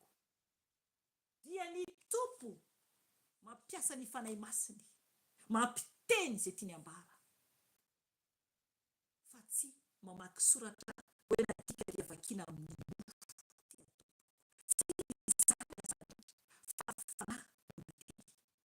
izy ilay tompony teny no manambara fa tsy ny nofo akory no manambara. Fa raha ny nofinao no entinao anambara ny tenin'Andriamanitra dia very ianao satria amboarimboarinao manofo anao. Fa tsy maintsy fanahy indray no manambara. 7:20 ary ianareo koa dia ho vavolombelona anambara satria ianareo dia efa teto amiko hatramin'ny voalohany. Amen. Ireo mpianatry ny tompo izany. Izy ireo no nanomboka nanambara. Jerevina teo ara-petera tamin'ny nambarany zokerika teo ny amin'ny nandahany tompo no efa tonga ny fanahy masina ary amiasan'ny apôstôly dia feno ny fanahy masina izy. Dia izy mihitsy no nanambara ny tory ary nanao fagagana maro. Nanasitrana olona maro. Nanafaka olona maro. Avy amin'ny alala zany no nanesan'ny tompo izay. Tompo no niasa tamin'ny alala fa tsy akory hoe iza no niasa magaga. Izy mihitsy no tena hoe nafana fobe amin'ny fanompoana ny tompo. I Petera izany. Ilay nandà teo aloha. Ry avy sao dia misy Petera ato. Sao dia misy Petera ato ka mandà ny tompo anao ankehitriny. Rehefa avy eo dia hiantso anao ny tompo raha andray azo tompo sy mpamonjy ny fiainanao. Miantso anao Jesosy. Raha andray azo tompo ho tomponao sy mpamonjy ny fiainanao. Jesosy. Satria izay no ilain'i Jesosy. Eto ireo apôstôly dia izy ireo zany tenen'i Jesosy hoe izy tenen'i Jesosy hoe ary ianareo koa dia ho vavolombelona anambara satria ianareo efa teto amiko hatramin'ny voalohany. Niaraka tamin'ny tompo izy ireo Izy ireo nanambarany tompony efa lasy Jesosy fa tsy miverina ity. Andiny voalohany amin'ny toko 4:10. Izany teny izany dia efa nolazaiko taminareo mba tsy atafotoina anareo, androka anareo tsy ho isan'ny sinagoga izy. Eny, ho avy ny fotoana ka ataon'izay rehetra mamono anareo fa manao fanompom-pivavahana ao an'Andriamanitra izy. Ary izany no ataony satria tsy fantany iray na izao. Fa izany teny izany efa nolazaiko taminareo mba ho tsaroanareo raha tonga ny fotoan'andro fa efa nilazay izany taminareo aho. Ry havana, mba tsy ho tafotohina isika zany ankehitriny. Ny tompo zany manambara amintsika fa Jesosy lasa any an-danitra ary isika no vavolombelony. Isika zany no anambara ny tompo isika zao no ampiasain'ny Jesosy androkanareo tsy ho isan'ny sinagoga izy. Ry havana, sinagoga jereko tamin'ny tenin'Andriamanitra dia manambara ny toerana fivavahan'ireo olona taloha zany. Hafa zany ilay hoe tempoly, ilay tempoly amin'ny toerana afaka anaovana sorona. Fa ny sinagoga dia ohatrany trano fiangonantsika kristiana, zay nambaran'ny tenin'Andriamanitra. Afaka jerenao any amin'ny fandikana teny any amin'ny baibolinao raha misy any amin'ny farany amin'ny baibolinao. Fa kiko any angamba satria zay zavatra tsapako eto sotranao fanahy masina. Ho an'izay tsy misy zany fandikana anazy dia vakiko. Ny sinagoga zany dia afaka ianao mandray noty rehefa ohatra ka libre ianao amin'ny toerana misy ianao. Teny grika midika hoe fiaraha-mivory, toeram-pivavahana jiosy izay niforona tany amin'ny fahababoana tany Babilonia ka maharitra hatramin'izao androntsika izao. Ny tempoly dia tokana dia ny tao Jerosalema. Ato ihany no nahazonana anao raharaham-pisoronana. Ny sinagoga kosa dia nisy maro ka nanaovana fitaom-pivavahana tsotra, tsy nisy fisoronana. Tao amin'ny sinagoga koa no nanaovana raharaham-pitsarana. Any amin'ny Marka 10:7 manambara zany. Atao hoe sinagoga koa ny fivorian'ny mpivavaka ao amin'ny sinagoga.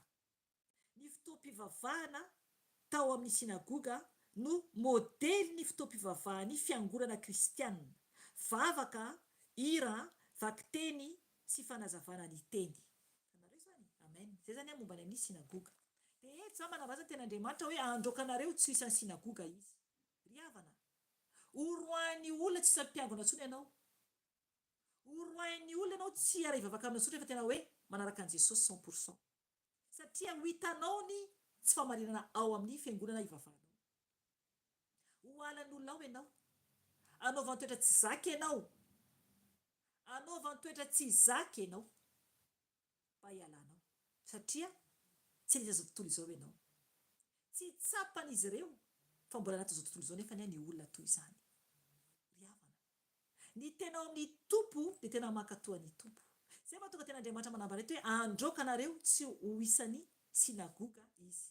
Eny, ho avy ny fotoana ka ataon'izay rehetra mamono anareo fa manao fanompom-pivavahana ao an'Andriamanitra izy. Ry havana, zava-doza izany. Mieritreritra zany izy ireo fa mivavaka ao an'Andriamanitra nefa tsia. Marobe ny fiangonana ho diso fanantenana amin'ny farany. Ho marobe ny mpiangona anatin'ny fiangonana, ny mpivavaka anatin'ny fiangonana diso fanantenana satria mieritreritra hoe manao fitaom-pivavahana ao an'Andriamanitra nefa tsia. Ry havana, zava-doza anie izany. Zava-doza izany. Andiny fahatelo hoe ary izany no atao satria tsy fantany iray na izao. Jesosy no miteny eto tsy mahafantatra an'Andriamanitra zany izy ireo na Jesosy ary tsy fantatra izy ireo. Nefa hoe miantso Jesosy tonga amin'ilay fotoana hoe tompoko voa izahay. Nefa tsy fantany akory. Tsy fantatry ny tompo akory. Ry havana, jerevo zavatra nanjoa an'ireo apôstôly. Ho vakiantsika ao amin'ny Korintiana 1:4-7-7. Jerevo ny tenin'ny Paoly apôstôly. Zany hoe mahatonga amaky an'io dia izao. Tsika ala ny olona satria manaraka an'i Jesosy. Rehefa tena ao amin'ny tompo ianao, na ny fianakavianao ara dia ankalanao. tsy maintsy tanteraka izany, tsy maintsy tanteraka izany. Jerevo ny tenin'ny Paoly apôstôly eto Korôtiana voalohany toko faefatra, vakitsika ny andiny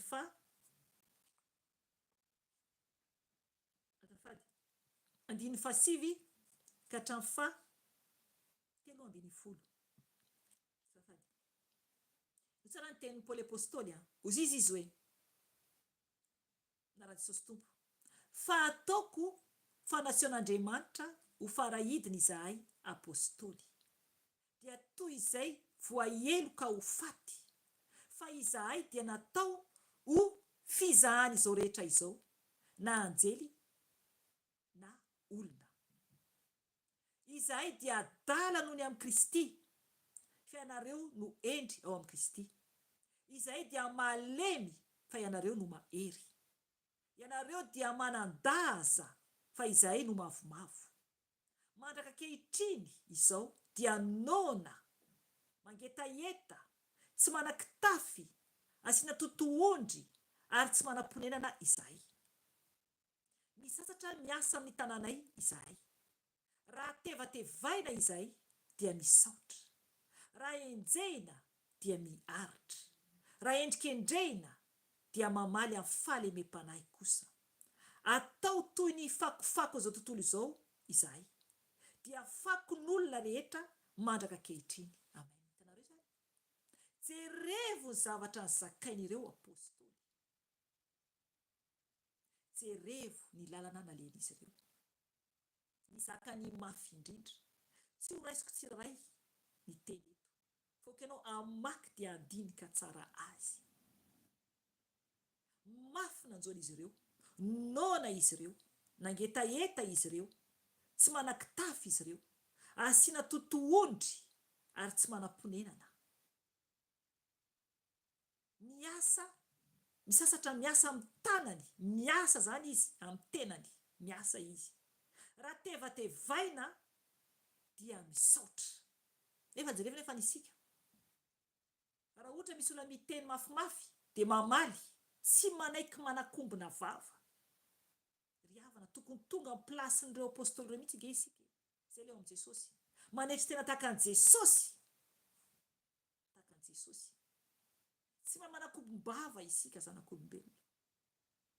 Tsy maintsy ohatran'ny hoe mavofarany foana araka fiteny gasy. Tsy mety tompoko, tsy mety. Rehefa mitompo dia vitatra izay toetra izay. Mangina dia mivavaka. Manaiky zavatra misy. Raha tevatevaina izahay dia misaotra. Raha enjehina dia miaritra. Firifiriny tsy mahazaka dia miverin-dalana.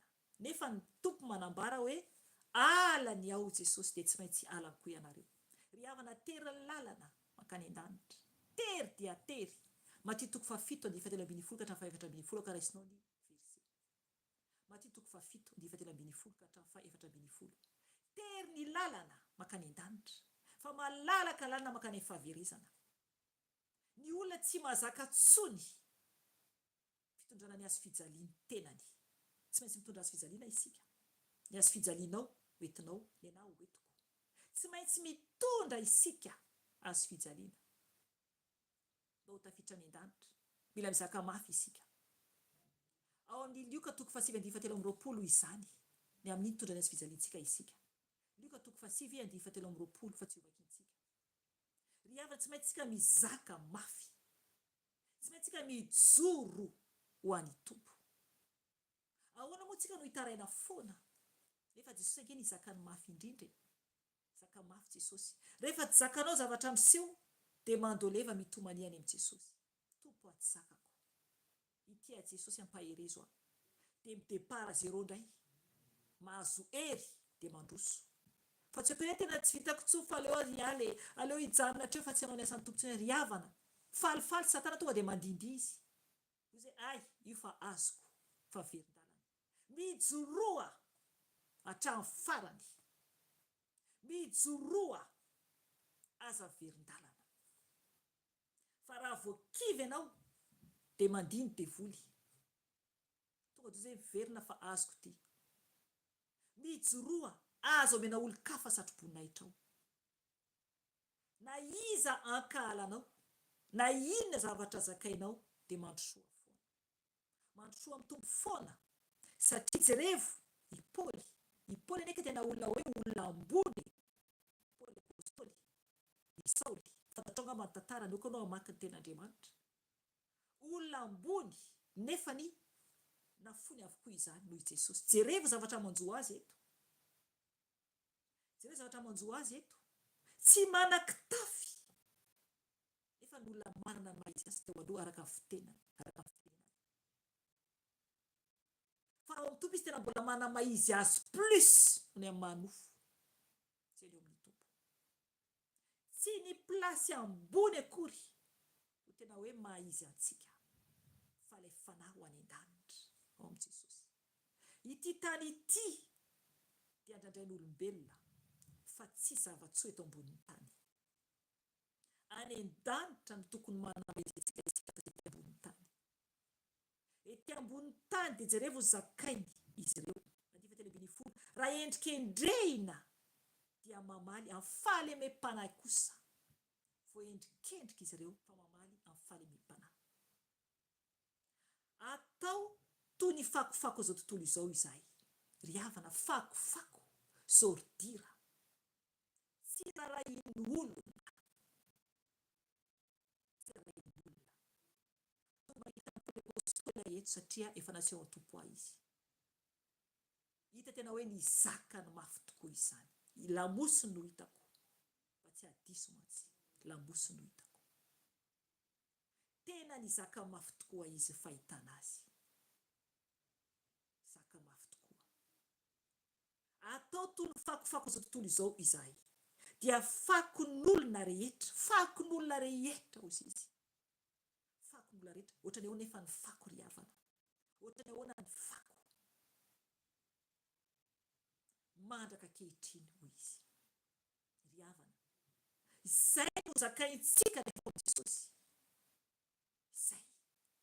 Alan'ny olona isika mizaka ny mafy isika. Tsy maintsy. Tsy maintsy. Mety tenanao hoe ay. Kenao ny mamafely isi ampaminana otra amin'ny lamba be fiainanao. Ry havana mizaka ny mafy. Na izako ary. Tsy maintsy mizaka ny mafy. Samy manana ny fomba fisehony amin'ny fiainantsika tsiraray avy ny amin'ny azo fijaliana zakaintsika. Tsy maintsy mizaka ny mafy isika. Toy ireo apôstôly ihany. Toy ireo rehetra efa lasa ny an-danitra no zakainay koa izay menada eto. Samy mizaka ny mafy isika tsiraray avy. Na izana zokerika. Na izana izy ianao raha mpanompon'Andriamanitra tsy maintsy mizaka ny mafy ianao. Tondra ny azo fijalianao. Tsy maintsy mijoro dia mandroso ampifaliana. Ampifaliana.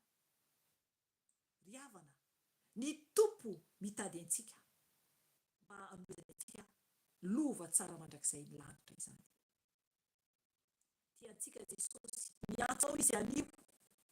Miantso ao izy anio. Izaka izay nozakain'i Jesosy. Vonona va ianao. Izay ny fantany napetraka aminao anio. Vonona va ianao. Izaka ny mafy. Toanay. Tsy miova, tsy misaraka amin'i Jesosy fa mijoro. Tsy miala amin'ilay voaloboka fa mifikitra amin'ilay voaloboka. Dia ndray anamboatra anao. Ry havana raha vonona ianao. Dia afaka ianao mandray Jesosy ho tompo sy famonjy ny fiainanao raha mbola tsy mandray Jesosy ianao tamin'ny fiainanao. Raha mbola tsy niraisinao izy ho tompo sy famonjy ny fiainanao. Any an-danitra izy fa tsy ety ambony tany ho iao. Raisy Jesosy ho tompo sy famonjy ny fiainanao. Raha mbola tsy anatona ny tompo ianao. Ho anao kosa izay miverin-dalana dia miverena amin'i Jesosy. Fa tsy ahita soa ianao ato amin'ity tany ity. Miverena aingana amin'i Jesosy. Dia ny mbola miantso ny tompo. Dia ny mbola miantso ny tompo. Ry havana hivavaka tsika mananantsika ny fotoana. Satria tsara Jesosy, lehibe indrindra izy. So antsika azy ny teny izay nomeny. Vavaka isika. Ho anao izay mbola tsy andrain'i Jesosy ka te handray azy ho tompo sy famonjy ny fiainanao dia oka ianao hanaraka ny vavaka izay ao an-tompo. Rehefa tonga amin'ny fotoana anambarako ny andraisanao amin'ny tompo. Tonga dia afaka mibebaka sady ianao ampandolehana ho anao izay handray Jesosy ho tompo sy famonjy ny fiainanao. Na ho anao koa izay tokantrano afaka mandoalika ianao. Raha heverinan'i Jesosy afaka mandoalika ianao na amin'ny toerana izay misy ianao ahafahanao izany. Na oviana ainonao izao Vavaka izao zao ten'Andriamanitra izao. Vavaka isika tompoko. Jesosy tsara indrindra ao. Misaotra ny amin'ny teninao ray. Satria Andriamanitra marina tokoa ianao. Eny Jesosy eo mankasitraka fenanao izay Jesosy. Ny amin'ny fampibebahana teto Jesosy. Eo koa tompony amin'ny teny izay nomenao anay Jesosy eo. Satria ala ny olona ianao. Tsy maintsy ny olona izay. Izay mankala anao. Dia tsy maintsy mankala anay koa Jesosy. Marina izany. Mankasitraka tompo satria hoy ianao tsy anareo no nifidy ahy fa izaho no nifidy anareo. Ka misaotra tompo satria nofidinao izay. Mankasitraka Jesosy malala. Misaotra Jesosy malala. Satria zanakao izay. Tompo malala ao. Reo Jesosy zanakao. Izay mbola tsy nandray anao ho tompony sy ho mpamonjiny. Tompo malala ao. Reo izy reo Jesosy mibebaka. Mangataka ny famindraponao. Reo koa tompony mangataka famelana aminao Jesosy ny amin'ny fiverendanana nataon'izy ireo. Tompo malala ao. Okenao tompo amindra-fo amin'ny tsiraray avy. Naizanaiza zanakao. Amindra-fo Jesosy. Ho anao izay andray Jesosy tompo sy mpamonjy fiainanao koa nanaraka ny vavaka izay ataoko. Jesosy io. Anio dia tsapako. Afantatro. Fa ianao dia Andriamanitra. Ianao dia zanak'Andriamanitra mpamonjy. Nanolotra ny tenanao anao Jesosy teo ambony hazo fijaliana. Ho avitra noho ny fahotako Jesosy. Nandanao tahaka ny Petera foana ao Jesosy tamin'ny fiainako. Tsy nanaraka anao. Eny tompo tahaka izao tontolo izao koa tompo satria variana. Ka ity ao Jesosy anio. Andray anao ho tompo sy mpamonjy ny fiainako. Raisiko anao tompo. Ho tompoko sy ho mpamonjy ny fiainako manomboka anio. Midira tao am-poko ao Jesosy. Oka ny foko lapanao. Oka ny foko tranonao Jesosy. Oka ho tepolinao Jesosy. Tompo. Okanao anala ny fakofako anatin'ny foko Jesosy. Diovy ny foko Jesosy mba hadio. Okanao tompo. Anoratra ny anarako any amin'ny boky ny fiainana. Fa fao tompo ny anarako any amin'ny elo Jesosy. Raisa ho zanakao Jesosy. Anisa ho zanakao any an-danitra. Jesosy. Mibebaka eo anatrehanao ao. Mifona tompony amin'ny fahotako rehetra. Mamela ay anao. Tompo malala ao. Ity ao zanakao. Manomboka ny Jesosy. Ianao dia Andriamanitra. Ianao dia raiko.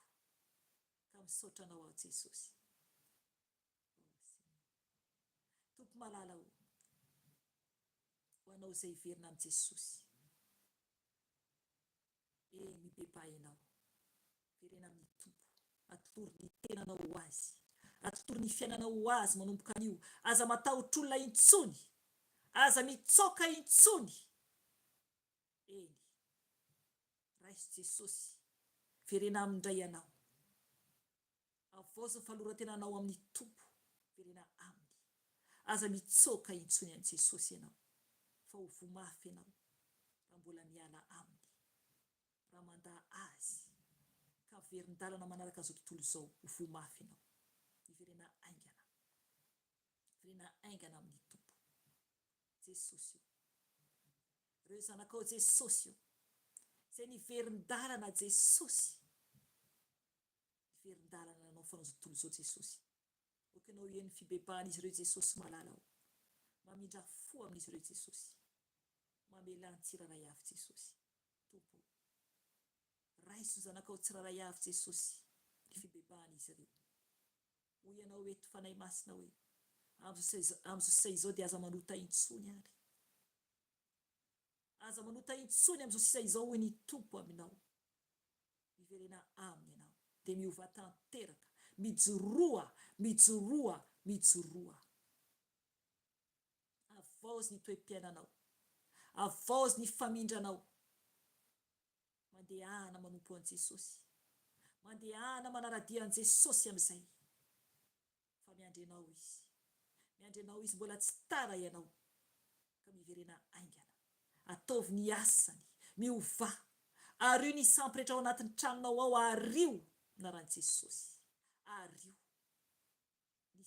rehetra anatiny ao. Ary io ny sampy ny fonao. Ary io ny sampy ny fo, ny fahatezerana, ny fankalana, ny faratsiana, ary io sampy ny fo. Ary io izany. Ary io izany. Ary io ny ody gasy rehetra ao an-tranonao ao, dory amin'ny anaran'i Jesosy. Dory amin'ny anaran'i Jesosy. Afaka ianao manatona mpanompon'Andriamanitra any amin'ny Toby ao Antananarivo. Raha ohatra tianao, raha izy ireo ny anao ny asa, raha tsy vitanao izany. Raha ny Tamatavy ianao, afaka ianao manatona ihany koa mpanompon'Andriamanitra ny Tamatavy. Misy numéro ato. Misy numéro ato an'izy ireo. Raha tsy vitanao izany. Miverena amin'ny Tompy ianao. Miverena amin'ny Tompy ianao. Miazaka za. Miazaka za toy ny gazela. Miverena amin'ny Tompy ianao. Mbola misy ny fotoana. Saotranao Jesosy. Saotra Tompo ny amin'ny fitiavan-dehibe. Tompo malala ho, ampaherezy ny tsiraray avy izay miverina aminao. Avaoziko fahaloran-tenako Jesosy io. Ho anao izay mijoro tsara, avaozy fahaloran-tenanao. Mbola nompo ny Tompo fa ianao mandrakizay. Avaozy izany. Soniany an-danitra. Eny. Andriamanitra manokatra ny boky mijery antsika. Tompo. Avaozy Jesosy fahaloran-tenako. Natrehan'ny tany sy ny lanitra Jesosy anompo anao ao. Anompo anao a Jesosy, anao ny asanao. Na ho mora na ho sarotra Jesosy io, tsangano ny tananao hafanana. Na ho mora na ho sarotra Jesosy io, dia anompo anao ao. Anompo anao a Jesosy anara-dianao. Eny Tompo fantatro fa ala zao tontolo izao ao. Tahaka ny anao alany Jesosy. Fa tsy mampiembitra izany. Vao mi mampandroso izany Jesosy ho any aminao. Ho any aminao Tompo. Enao arany zaka Jesosy. Misy reo Jesosy reo rahavavy, ranadamaro, teo alohanay Jesosy efa lasa any aminao. Na azaka izy reo. Ka izay Tompo, azaka ihany koa satria eo enao Jesosy. Eo ny fanay masinao mitananay. Mitananay Jesosy io. Ampandrosanay ho any aminao mandrakizay dory. Ka tano Tompo fa tsy matananao izay. Avaoziko Tompo ny fahaloran-tenako. Anompo anao a Jesosy io. Avaoziko ny voady nataoko teo anatrehanao Jesosy taona maro izay. Anompo anao a Jesosy mandrapatapitry ny fofonaiko. Mandrapatapitry ny fofonaiko Jesosy fa enao ihany no Andriamanitra. Tsisy Andriamanitra hafa, afa-tsy ianao. Enao no tompoko. Enao le Jesosy Kristy vela sy Maria Nazareta Jesosy io. Enao le Yeshua Masia. Enao rery ihany no Andriamanitra velona. Tompo. Avaoziko fahaloran-tenako. Anompo anao mandrakizay doria Jesosy. Anambara ny fahatsaranao. Anambaranao eran-tany Jesosy io. Raha mbola velonay koa ao. Tompo malala ao. Inty ao anao ny asanao. Inty ao anao ny asanao Jesosy io. Mameno anao ny fanay masina amin'izao resy fotoana izao. Enao ny hafanana feno amin'ny tarehanao, amin'ny tratranao. Enao izany. Inty ao fanay masina ao. Eny fenoy anao. Fenoy anao zay zanakao tsiraray averan-tany fanay masina ao. Izay manolo tena ho anao atsangano tananao roa. Izay manolo tena ho anao ankehitriny Jesosy io. Oky anao amena anay fanay masina iray. Fenoy anao izay. Fenoy anao izay. Fenoy anao izay fanay masina ao. Elay fahazavana. Raha ny fahazavana tsisy aloka ianao. Enao le eto aminay fanay masina. Eto aminay ary ao anatinay. Midira ao anatinay fanay masina. Midira ao anatinay indray. Fenoy anao izay. Fenoy ny solokao. Fenoy ny solokao. Azahoanay ery zanakao tsiraray averan-tany. Fenoy anao izay fanay masina ao. Milanao fatratra izay. Milanao fatratra izay. Ka misaotra fanay masina. Fanay fiton'Andriamanitra. Fanay fiton'Andriamanitra ko anao ameno anay. Ok anao ameno anay. Fenoy mitafitafy izay. Fenoy mitafitafy izay. Aleluia, aleluia, aleluia, aleluia. Misaotra fanay masina fa eto enao. Eto anao hatramin'ny fiandohana. Misaotra mameno anay. Misaotra mameno anay. Misaotra mameno anay. Misaotra mameno anay. Misaotra mameno anay. Misaotra mameno anay fanay masina ao.